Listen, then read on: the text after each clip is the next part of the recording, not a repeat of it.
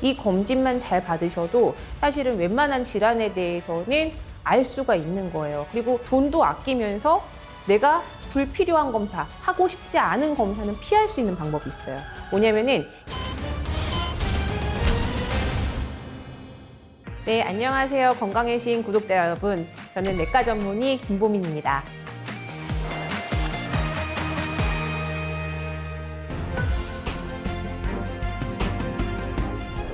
건강검진 하면은 어디 가서 받아야 되느냐? 일단 그거부터 제일 먼저 물어보세요. 검진 기간을 선정하는 데서부터 시작이 되는 거죠. 검진센터 큰 데를 가면은요, 어떻게 하냐면은 코스가 있어요. 패키지가 있어요. 그래서 A 패키지, B 패키지, 무슨 뭐 중년 여성 패키지, 뭔 패키지 쫙 있는데 패키지에 보면은 나는 이거 별로 하고 싶지 않은데 이거를 꼭 하라고 되어 있어. 또 이거는 필요했으면 좋겠는데 안 들어가 있어요. 이런 것들이 많거든요. 그런데 돈도 아끼면서 내가 불필요한 검사, 하고 싶지 않은 검사는 피할 수 있는 방법이 있어요. 뭐냐면은 이미 다니던 병원에 가셔서 선생님과 상의하신 다음에 검사를 추가하시면 되는 거예요. 이미 내가 뭐 혈압이든 고지혈증이든 당뇨든 혹은 뭐 여러 가지 뭐 젊으신 분들도 뭐 통풍도 있고 여러 가지 질환이 있잖아요. 그런 것 때문에 이미 다니고 있는 병원이 있으면은 그 병원에 가셔서 검진하는 게 저는 개인적으로는 좋다고 생각을 합니다. 왜냐하면요, 검진이라고 하는 게 항목이 굉장히 여러 가지예요. 여러 가지인데 그 항목들을 정말 머리끝부터 발끝까지 쭉쭉 긁어서 할 것이냐?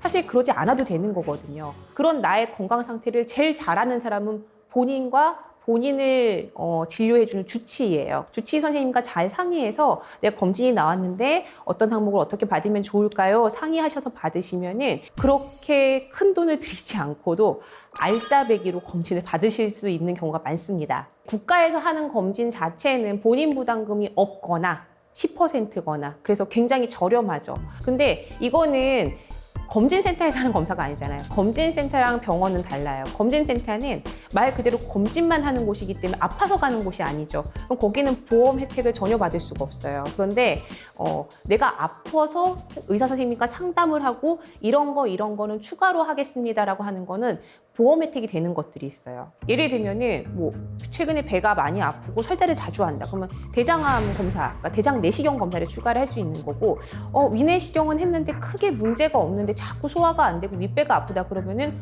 복부 초음파를 추가를 해볼 수가 있는 거예요. 그리고 내가 혈관 질환에 대해서 뭐 우리 흔히 혈관 쓰리고 질환이라고 하죠. 고혈압, 당뇨, 고지혈증이 있어서 내가 혈관에 대해서 좀 걱정이 되고 최근에 머리도 아픈 것 같고 좀 그래요. 혈관이 안 좋은 것 같아요. 순환도 안 되는 것 같고 그러면은 경동맥 초음파 같은 거 볼 수 있는 거죠. 그리고 내가 요즘에 목소리도 좀 자주 쉬는 것 같고 너무 피곤하고 목에 뭐가 만져지는 것 같기도 하고 뭐 우리 엄마가 뭐 갑상선암이고 그러면은 갑상선 검사도 추가해 볼 수 있는 거예요. 저는 이제 만 40세 정도가 됐으니까 제 만 40세 검진을 대상으로 한번 해볼게요. 저 같은 경우에는 이제 예를 들어 유방암 검진도 나오고 그다음에 위내시경도 나오고 기본적인 혈액 검사도 나오고 자궁암 검진도 나와요. 그런데 대장 내시경은 안 들어가 있어요. 근데 제가 예를 들어서 최근에 막 배도 아프고 뭐 설사도 자주 해요. 그러면은 선생님 찾아가서 저 배 아프고 설사 자주 하는데 검진에다가 대장 내시경 정도만 추가할 수 있을까요? 하면 대장 내시경 추가가 가능해요. 그리고 제가 아파서 간 거잖아요. 제가 불편해서 간 거잖아요. 진료를 보고선 했기 때문에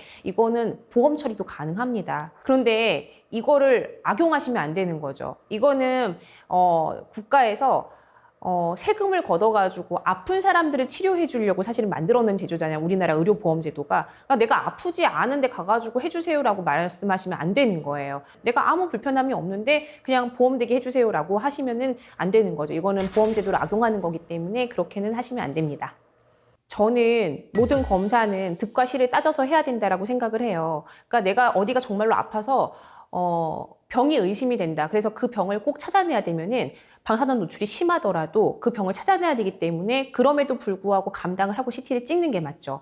그런데 전신 펫CT, 펫CT라고 하는 게 뭐냐면 이제 양성자 뭐 단층 촬영이라고 하는데 이게 원래는 그 암 환자들한테서 어디에 전이가 있는지 보려고 만들어 놓은 CT예요. 근데 이제 원체 뭐 우리나라 사망 원인 1위가 암이고 암에 대해서는 사람들이 굉장히 무서워하고 하니까 이 암을 진단하려고 하는 목적으로 조기 진단하려고 하는 목적으로 뭐 펫CT를 찍기도 하고 뭐 전신 MRI를 찍기도 하는데 사실 이러한 검사들은 이미 암을 가지고 있고 이미 질환을 가지고 있는 사람이 팔로업, 그러니까 추적 관찰을 목적으로 하는 거는 분명히 좋은 검사예요. 그런데 내가 하나도 아픈 데가 없는데 CT를 굳이 찍지 말라고 말씀드리는 거는, 우리가 항상 어떤 검사를 할 때는 득과 실을 따져야 되는 거예요. 근데 CT 같은 경우에는 방사선 노출이 너무 많아요.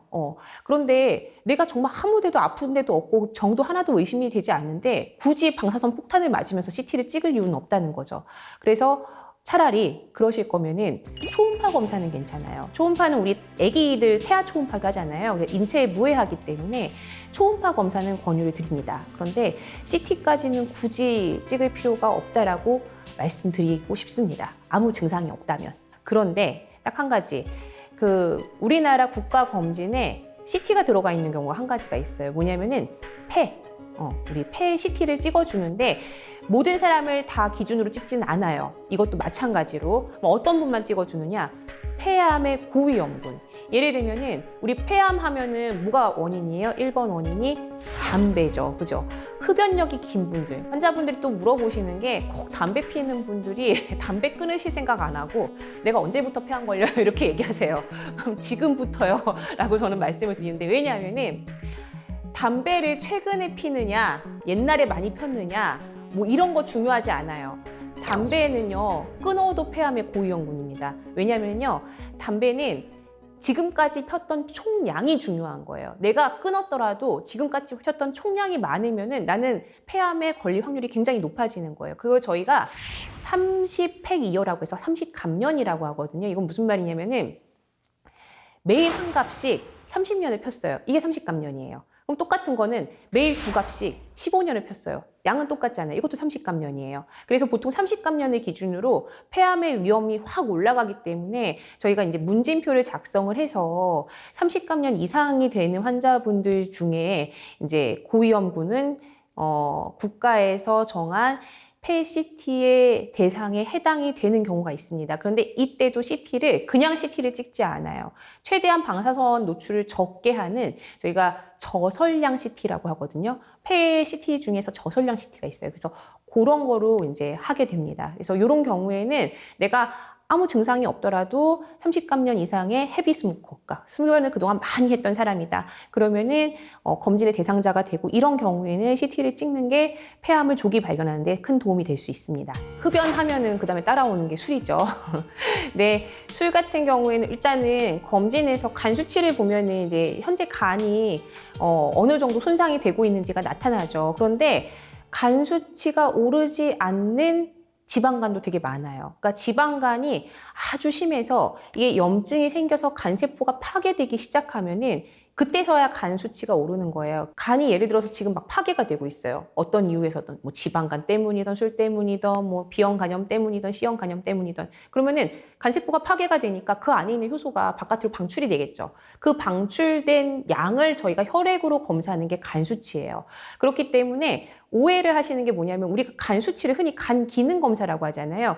사실은 간 수치는 간 기능을 대변하는 게 아니에요. 지금 당장 간이 얼마나 파괴가 되고 있느냐를 대변하는 수치거든요. 그래서 오히려 간이 이제 완전히 간 경변, 간 경화 때문에 쪼그라드신 분 있잖아요. 이런 분들은 더 이상 파괴될 간 자체가 없는 거예요. 그래서 이런 분들은 정말 막 술을 마시고 뭘 하고 막 간이 진짜 내일 모레면 돌아가실 분의 간처럼 보여도 간 수치가 올라가지 않습니다. 수검자분들께서 많이 물어보시는 게, 이제 혈액 검사만 했는데 저한테 저 지방간 있어요? 이렇게 물어보시는 분들 많아요. 있는지 없는지 몰라요. 그거는 초음파나 CT를 찍어봐야지 아는 겁니다.